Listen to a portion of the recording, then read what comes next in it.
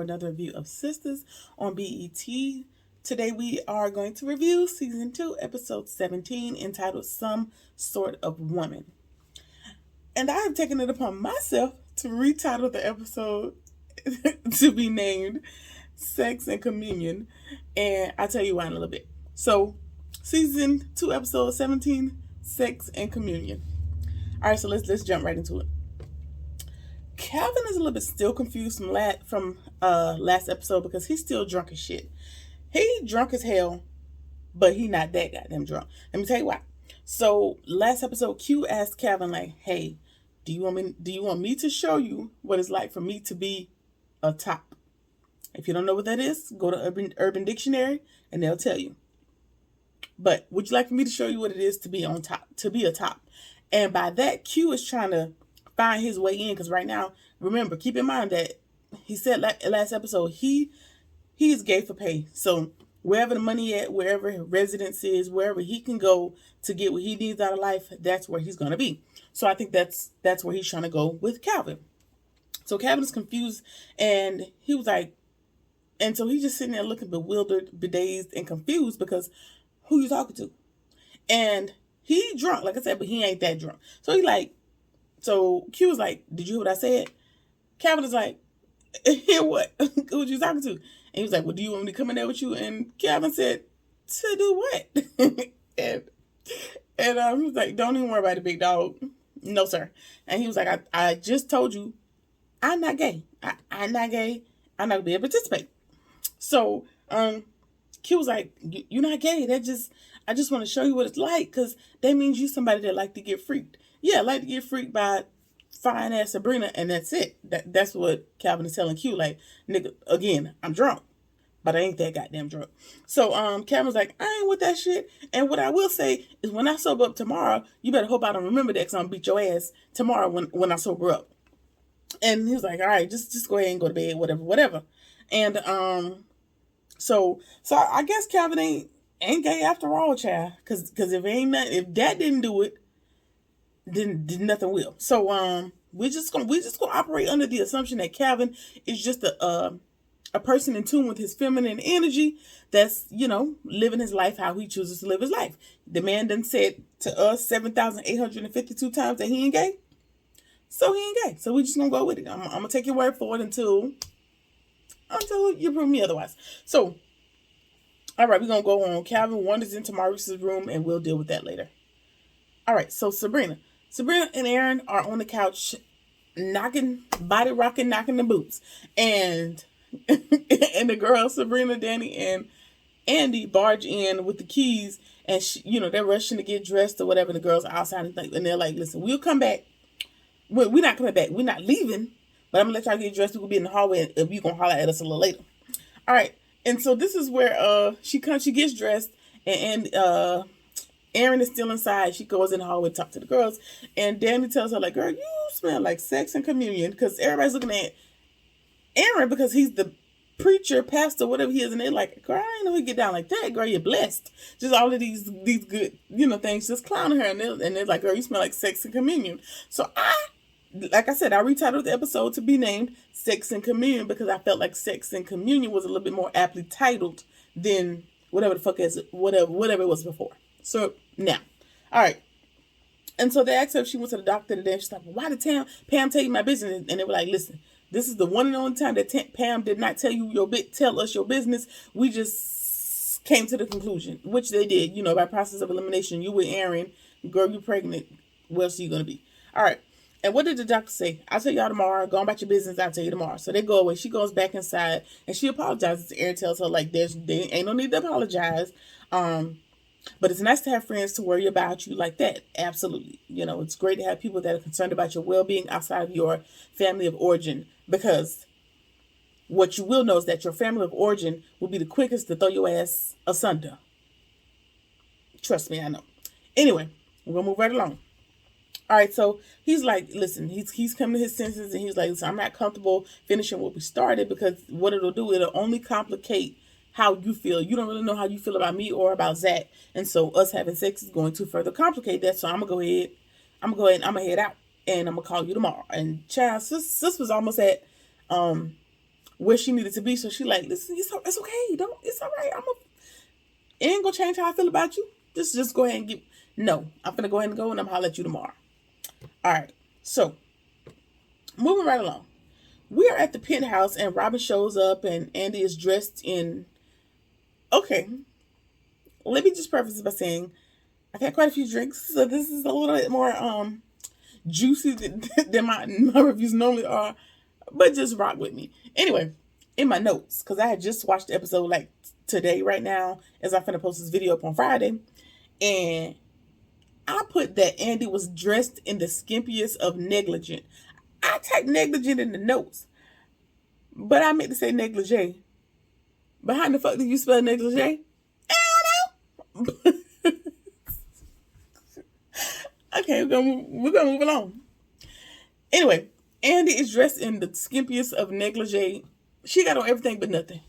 Very little, almost nothing. So he's asking her how's her day, and she's like, listen, it don't even really matter because it's about to be whatever my day was, don't matter because my night is about to be great. So get on over here and do what you came to do. And so she thanks him like, thanks for helping for teaming out today. I like feeling like I owe you something. And he was like, or do you feel like you owe me something, or do you feel like you're softening your guilt? And she's like, what guilt? And he's like, yeah, the guilt from whatever you and Gary got going on. And then he asked her like, are you really over Gary? And she claims she is. And I might believe it this time, because she been holding him off. She ain't having dinner. She ain't really doing much of nothing, except she hasn't done much for or with Gary outside of accepting his penthouse apartment. So I might believe him. I'm not sure yet. Anyway, she's like, yeah, whatever. And he's like, I don't know if I believe you. And she's like, listen, do you think you'd be over here if I was over him? If I wasn't over him? We don't know. She don't know. Don't nobody goddamn know. And she's like, what kind of girl do you think I am? And then she's getting offended, insulted. And she's like, well, are you assuming that I'm some sort of whore? And he's like, no, I never thought that about you. But what I do think is that you're careful, you're deliberate, you're strategic, calculated, all of these things. And she's like, okay. Between clenched too, she's like, yeah, you're correct, but don't do too much. And she was like, listen, none of that matters. Are you going to do what you came here to do, or what we finna do? And he was like, yeah, but you have to tell me what I came here to do. And she's like, listen, I ain't telling you nothing. You figure it out, and we're gonna get to business. So, they get down with the get down. And then we cut to Gary looking through a goddamn telescope. His stalker ass is looking through a telescope in his office into Andy's penthouse. Now, Gary's office is across the street from Andy's building.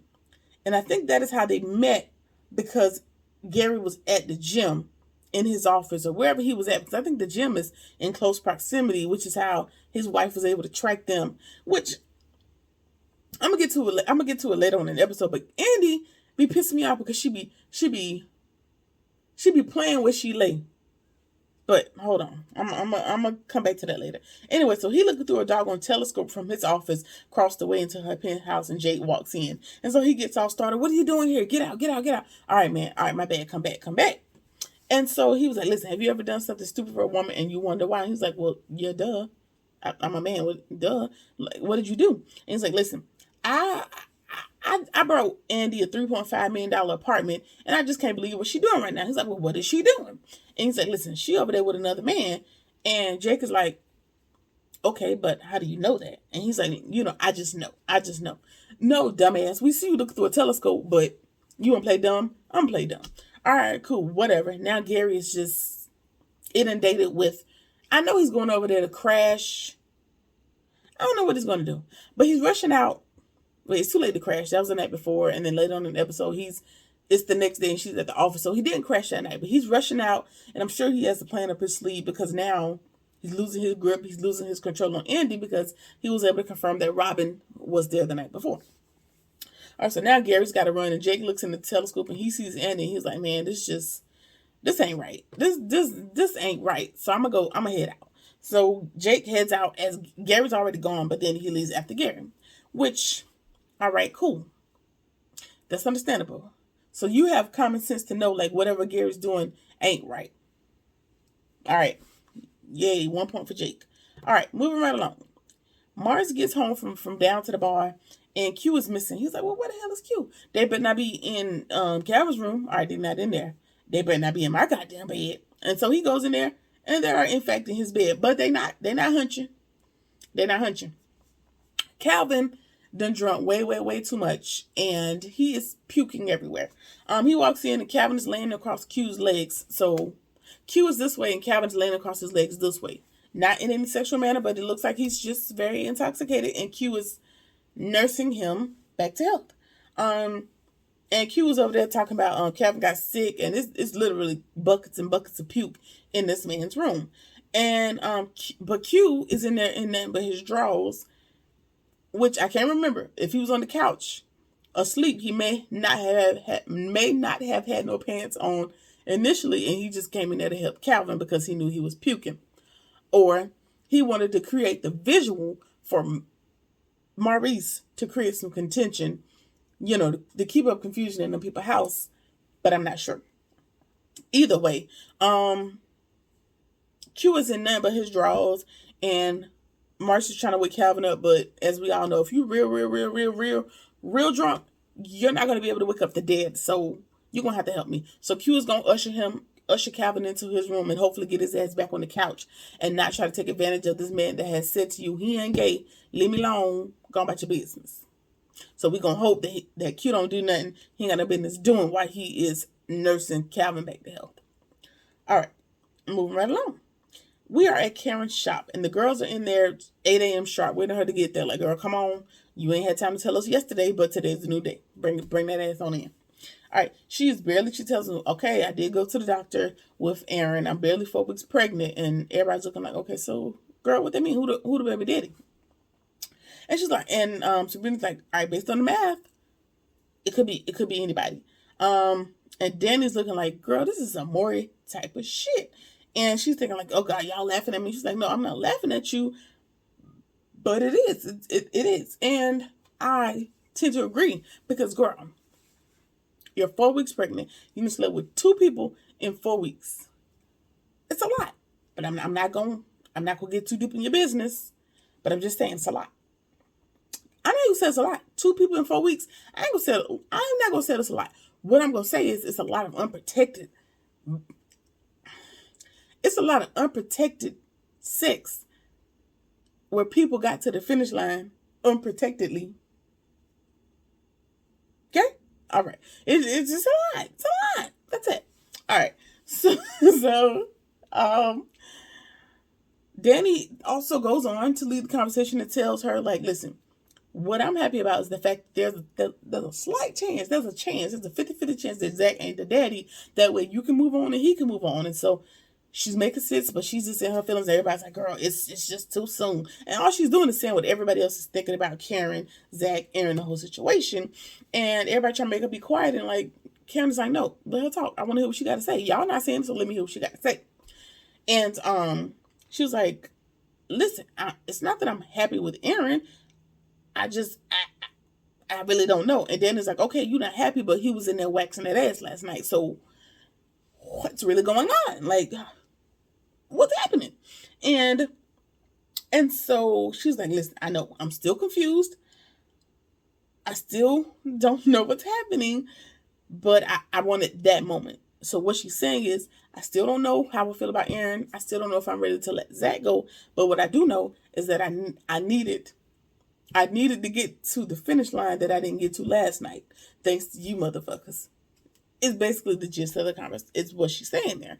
And then it's like, all right, cool, but was it really worth it? Well, no, not really, because while she did it, in the depths of her soul, she really wanted it to be Zach. We know that Zach was her greatest love of all, essentially. And so, yeah, that's what comes of that. But what she also notices in the scene is that she feels like she's starting to lose Aaron, and he's kind of slipping away because she keeps asking for space, and he's giving her space. And she's like, listen, I'm losing Aaron. I like him. I done lost Zach, and I want him back, so I'm still kind of confused. And while I hear you, while I understand you, while I can empathize, sympathize, all of that good stuff, what I feel like is you are less confused. I think the word isn't confused. I think you're unsettled. By that, I mean, I think I think that you made a decision, but you are not willing to live with your decision. I'll tell you what I mean by that. I think you made a decision that you can't live with. By that meaning, you saw that Zach had the potential to be all of these wonderful things. You did not nurture his ability or his willingness to be these things, and it did not work out in your favor. Fatima was able to garner these things and to reap the benefits. I know it hurts. It cuts to see another woman benefit the potential that you saw in somebody else. But that's the fallacy. That is the problem in dating somebody based on potential. If the potential ain't fulfilled before you, it's more than less likely gonna be fulfilled during or after you. So potential is a fucking dime a dozen. You can see the great in every goddamn body, to include but not limited to Hitler. If it's not fulfilled, it can't be fulfilled. Not with you. You may not have been the person to bring that out. And that's not no slight to you. It wasn't your ministry. So you got to live with that. You got to let it go, baby. You got to let it go. You got to let it go. You got to let it go. For the sake of this baby. Okay? But all right, so hear me out. Let's just say Zach the daddy, right? I'm sorry, I'm going off a little tangent. Like I said, I had a few libations. All right, so check me out. So Zach is the daddy, right? That means Aaron, she's going to keep pushing. Aaron going to be like, all right, bitch, you got to go, right? Zach is going to be over here building a life with Fatima, and we know Fatima's going to have a spinoff show, so they're going to have their own life, own storyline coming on down the line, right? So which means Karen is going to be an afterthought. Baby mama, you're the last one on the list of considerations in this situation. You not priority. Fatima's going to be priority. Not that your child going to be neglected, but you're not going to be main chick energy, right? So what you going to do? Like, are you going to keep interfering in them people's stuff, or you going to let that man be a daddy? Because Karen's giving me bitter baby mama energy. She's giving very much, you not going to see your baby because you don't want to be with me type shenanigans. So what you better do is hope, pray, and light a candle and wish that Aaron is that baby daddy. Honestly. All right. Moving right along. Okay. And Danny tells her, like, listen, girl, you are confused. I get it. I understand. But what I want you to know is you don't have to know right now. And the other girl's looking at her like, what she's talking about? She's with nobody right now. She's single. She's a single mama right now. And she's just living her life. She don't have to have a decision. She got 9 months to make a decision as how she want to go about it. Who gonna be what? Like, she don't have to make a decision right now. Let's just be comfortable in not knowing and being confused. But you got 9 months to think it over, stew over it, and figure it out. And everybody's just sitting here looking at Danny, like, just impressed that Danny made some sort of sense in this moment. And I don't see why everybody was so flabbergasted at the fact that Danny actually made logical sense, because low-key, Danny be making sense. Y'all just don't be listening because her delivery don't be lined in cupcakes and frills and flowers. I feel you, Danny. The messenger don't be soft and sweet like y'all would prefer, so y'all don't be hearing the message. And that's why Danny makes sense on a lot of shit, except her and Preston. Relate some of that sense to your own situation, but I'm gonna bring it back. But anyway, Danny be making a lot of sense in situations. Nobody just listens to her because they just think she's a pothead and she's a hothead, and she don't be making and nobody be listening. But she be making sense in a lot of shit. It's just she has to wait on the other girls to come around to her logic for everybody to be like, "Oh, you made sense 6 months ago." No shit. All right, moving right along. Okay. All right. So on the way out, as she's about to leave, Danny blows out like, "Oh yeah, Sabrina's also seeing the prince since we putting it on the table." And she's like, Sabrina's like, "Girl, I told you not to say that." She's like, "Yeah, you said last night. This is a new day." Okay, technicality, I guess. And of course, Andy is overjoyed at the fact that she listen. I'll tell y'all later. We got to go to work. We'll talk about it. So I'm sure they'll get back into it later. Okay, Pam shows up as, everybody is leaving, and she brings breakfast for Karen because Karen isn't eating and drinking enough. And she's like, "Girl, is you my mama? Like, don't tell me what to do. all right. And she was like, it was just a nice gesture. She was like, I thought about you, you know, take care of yourself. Don't play with me. Well, I'm not your mama. You know, I'm just here to be godmama. Nobody's officially said that Pam is this baby's godmammy, but she's fulfilling the role already. And it was just, just a nice little moment just to see Karen being nice to Pam, because we always see her yelling at Pam, but that may be one of those things where they've been in friendship and relationship for years. And, when you've been friends with people for 10, 15, 20 years, it ain't no cupcakes and sprinkles. You talk to them how you feel like it, and it's not personal. It's not taken personal. So it's just one of them things I'm assuming. All right. Back at Andy's office, Hayden rolls up in the office, and he just cannot figure out how you get Fatima out of jail. How you get her out of jail. How you get out of jail. And it's just looking like, shut up. Like, you're not the only person that got pulled. You're not the only person that got ties. You ain't the only one with the juice. So, yeah, she's out. What's up? And he was like, well, okay, well, whatever it is that you did, it ain't going to work for Zach. And she was like, all right, we'll see. We'll see. And at that moment, Robin walks in, also, and he's putting a charm on Hayden. Not really charm. He's just making him as uncomfortable as possible, because remember last episode he told Hayden, like, Andy's not my speed. You're my speed, just to make him uncomfortable and try to throw him off the trail, of reporting back for Gary, essentially. So now he's all uncomfortable, and he's just walking out the room with how people. You know how dudes do when a gay person in the room, they walking with they butt the opposite direction, as if you be every gay person's type just because they gay. Child, goodbye. Anyway, Robin tells him, Hayden's gone, and Robin tells Andy, like, I told him I'm gay, so I'm just having fun with it, and they're having a great time with that information. He compliments her on the interaction last night. She's like, listen, all right, while we had fun, not on duty. Not on duty. We're not going to talk about this here. So just chill out, little mama. We don't want to talk about it at the office. All right. So, he also tells us that he had no luck helping Zach, but I was able to get y'all in there to see him under visitation, under you being his lawyer and her being his wife, or however he was able to set it up so they were able to get in and see Zach. So y'all go ahead and do that. And he's like, well, where's Fatima? She's like, I gave her the day off. And he's like, well, why did you do that? Well, I don't want her to run into Hayden. All right, cool. But don't worry about Hayden too much. I'm finna go ahead and crush his bubble real quick at this meeting we finna have. So it's a meeting with the partners that's about to happen. So there's this grand meeting in the hallway, and the partners are having, and it's in the hallway. First of all, I've never been to a very important meeting, and it's been in the hallway, like in the corridor. If you don't get, and it looked like it was at least 20, 30 people. If y'all don't take these people to the conference room that Andy was discussing these divorce details or something with these people, and had these people sit down. First of all right, cool. The meeting was about 2.5 seconds, so it wasn't enough to put in a conference room, but get these people out the hallway. That's very tacky to be having at a law firm. But I'm going to let you have Mr. Perry. If you want to put me in the writing room next time, that's fine, because I do have some ideas. We'll go there. But, sure. The old partners, I don't know their name. I don't care. It's some old white men. It don't even matter much to me.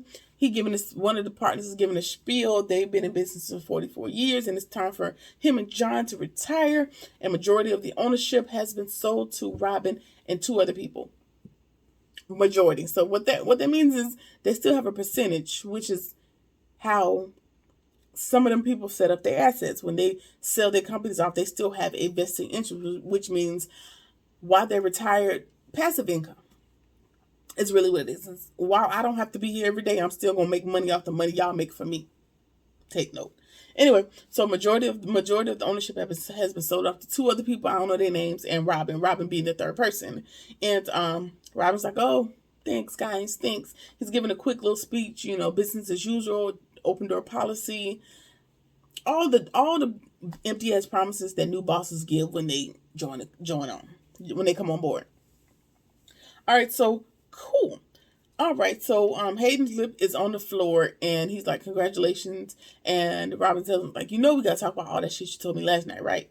And this is going to be fun, which essentially I think he's going to make like hell for Hayden.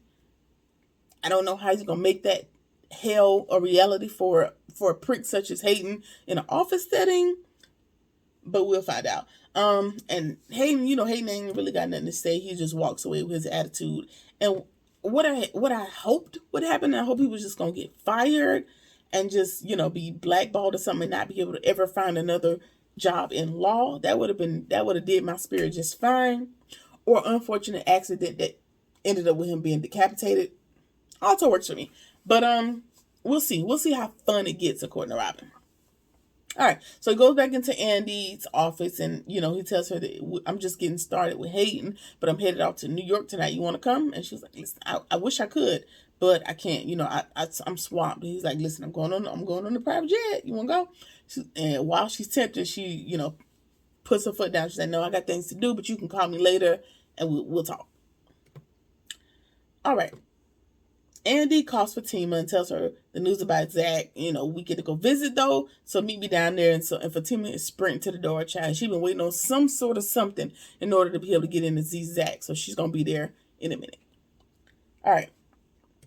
Hayden back at the office, he is shook. He don't really know what to do. He didn't call Gary and tells him, Robin ain't really what we thought he was. And Gary's like, listen, I don't want to talk about that dude. Like, what you talking about? He's like, listen. Robin just bought a portion of the company. He's like, the whole law office? And Hayden is like, yeah. Gary is speechless. He don't really know what to say. And he's looking like, oh, so he's moving here. So they were under the assumption that Robin was just working in the London office and he was here temporarily. Now that they realize like he done bought a portion of a law office, like he's here. He's not going nowhere. So whatever assumptions or whatever connections y'all trying to make to Andy, keep on working because he's going to be here a while. All right. And he's like, oh, is he in there with Andy? No, don't worry about that. He ain't in there with Andy because that nigga gay. And Gary's looking like, what are you talking about? Why would you say he's gay? And he's like, yeah, he was flirting with me last night. He told me he was gay. And and Gary's like, well, when did he tell you that? Last night. Hayden's like, well, what you talking about? He told me that last night. And when? And Gary's like, listen, tell me the conversation. What? When? He was like, I asked him about Andy. Was you knocking Andy off? And then he told me right after, like, no, I'm not knocking Andy off because I'm gay and you're more my speed.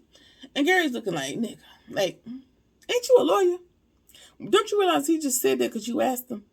Don't you realize he was basically playing with you? You should know when people are lying. You are a lawyer. That man ain't a bit more gay than nothing. And Gary's like, well, why would you even say he gay? And Hayden, being as narcissistic as he is, says, oh, because he wants me. You think everybody wants your little peanut ass head. Don't nobody want you, Hayden. That's why you stalking people, because nobody wants you. Find somebody that actually wants you. Ain't you with white women? I'm sure they'll take everything that comes with your little walnut ass head. Anyway, so he's just, again, so vain, so narcissistic that he don't know what the hell going on. And Gary's like, listen, just get out my phone. You're stupid. Goodbye. All right. Andy and Tammy. What? Andy? What's Tammy? Andy and Fatima. They go to see Zach, and she wishes, she hadn't done it. She wishes that Zach hadn't attacked Hayden. And Zach is looking like, why would you wish I hadn't done it when you attacked him? We're in the same damn boat. I might be facing a little more time than you, but we're in the same shit. So I did it knowingly. It's okay. I'm good. And so, they're still working on his bail, and then he thanks Andy, for all of her help. And Andy is crazy as hell, because she's going to say, I'm off y'all a bit of advice. Y'all both are professionals, but you want to take it to the street. And then she's going to go on to claim that she is street. What street, Andy? La Cienega Boulevard? What goddamn street are you from, Andy? What street? Andy, Gary's wife was finna blow you from here to Kingdom Come, and you sitting there looking stupid. Girl, shut up. You wasn't no damn street. What street are you from? And so Zach asked her, like, what street? Beverly Hills? Like, what street? She's talking about all the streets. I'm from all the... Andy, shut up, because you're stupid. Anyway, she tells him, she does give them some wisdom. She tells them, that there's a time and a place for everything.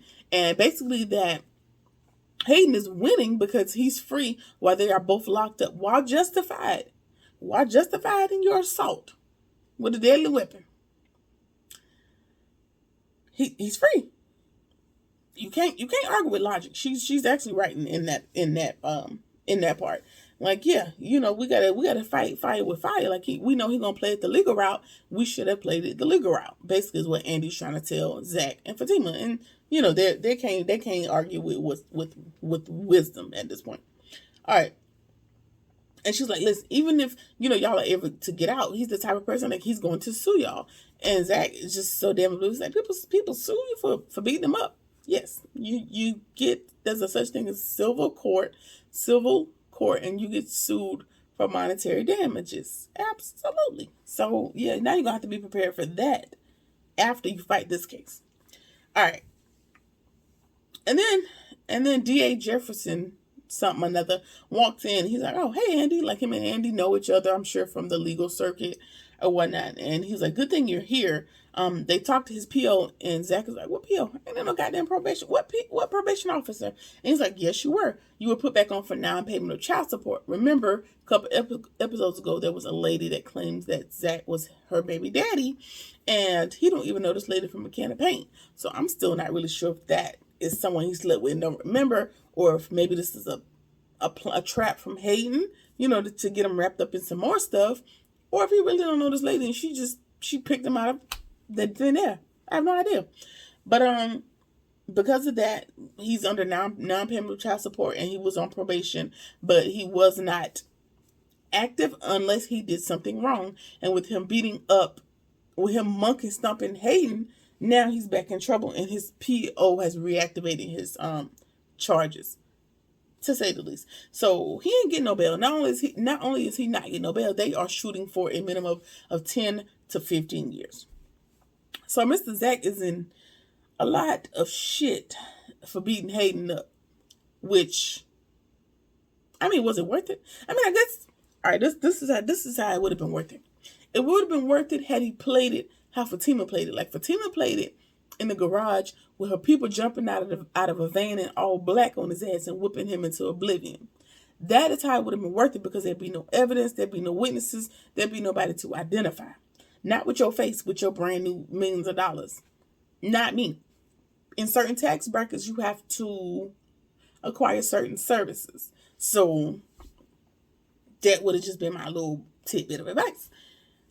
But yeah, so we'll see what happens with the jail time. What I think is he's going to get, I don't know, they may be able to get something on Hayden and get off on all these charges.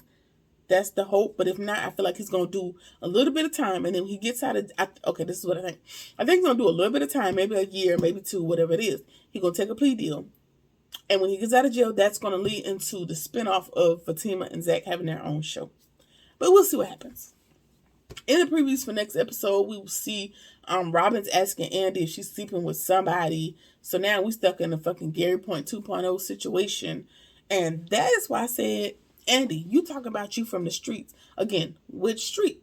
Are you from Cupcake Avenue, La Cienega Boulevard? Which street are you from? Because these streets, you're not. Because you keep playing where you pay. Like, you keep shitting where you eat, essentially.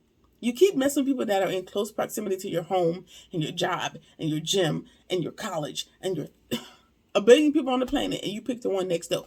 Why do you do that? That upsets me. Why do you do that? It's just, Andy makes my ass itch. I ain't gonna hold you. Anyway, that hasn't been it for Sistas. That's been it for Sistas. Like I said, season 2, episode 17. Drop your comments. Let me know what you think about the episode. Like, comment, share, subscribe, whatever it is that you feel like doing. And I'll see you on the next episode. Peace.